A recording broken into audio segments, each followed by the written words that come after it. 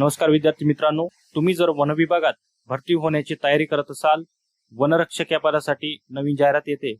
तुमच्यासाठी एक मोठी आणि आनंदाची बातमी आहे. यामध्ये लवकरच 966 वनरक्षक पदांची स्थळ सेवा भरती प्रक्रिया सुरू होणार आहे. याबाबत शासनाकडून अधिकृत माहिती आलेली आहे. कोणत्या वनवृत्तात किती पद आहेत, कुठपर्यंत तयारी आलेली, हे सर्व आपण या व्हिडिओच्या माध्यमातून जाणून घेणार आहे. हे सर्व पुराव्यासहित तुम्हाला मी दाखवणार आहे. कोणत्या वनवृत्तात किती जागा आहे, काय आहे, कुठपर्यंत प्रोसेस आलेली आहे. यामध्ये जे गणेश नाईक आहे आपले राज्याचे वनमंत्री, तर यांनी शासनाची जी काही अधिकृत भूमिका आहे ती स्पष्ट केलेली आहे.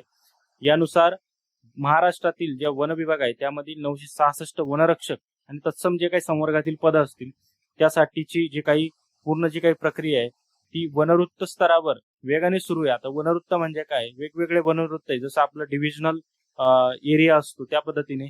मग चंद्रपूर वेगळं आहे, नागपूर आहे, त्यानंतर नाशिक आहे, ठाणे, धुळे आहे, पुणे आहे. अशा पद्धतीचं म्हणजे एक दोन जिल्हे किंवा काही ठराविक भाग मिळून ते एकत्र केले गेलेले.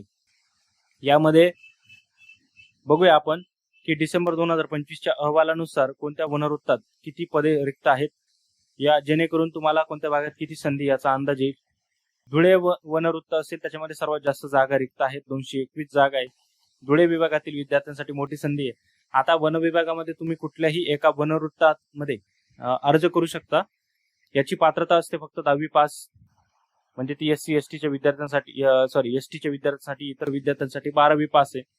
आणि तुम्ही कुठल्याही एका वनवृत्तामध्ये अर्ज करू शकता. यामध्ये धुळे वनवृत्तामध्ये 221 जागा आहे, गडचिरोली वनवृत्तात 140, ठाण्यामध्ये 125, नागपूरमध्ये 110, अमरावतीमध्ये 107, यवतमाळमध्ये 75, चंद्रपूरमध्ये 65, कोल्हापूरमध्ये 53, पुण्यामध्ये 16, औरंगाबाद वनवृत्तामध्ये 11 आणि नाशिक या ठिकाणी 1 पद रिक्त आहे. याच्यामध्ये वाढ होऊ शकते, थोडंफार कमी होऊ शकतं, परंतु 966 पदे हे आतापर्यंत तयार झालेले आहे.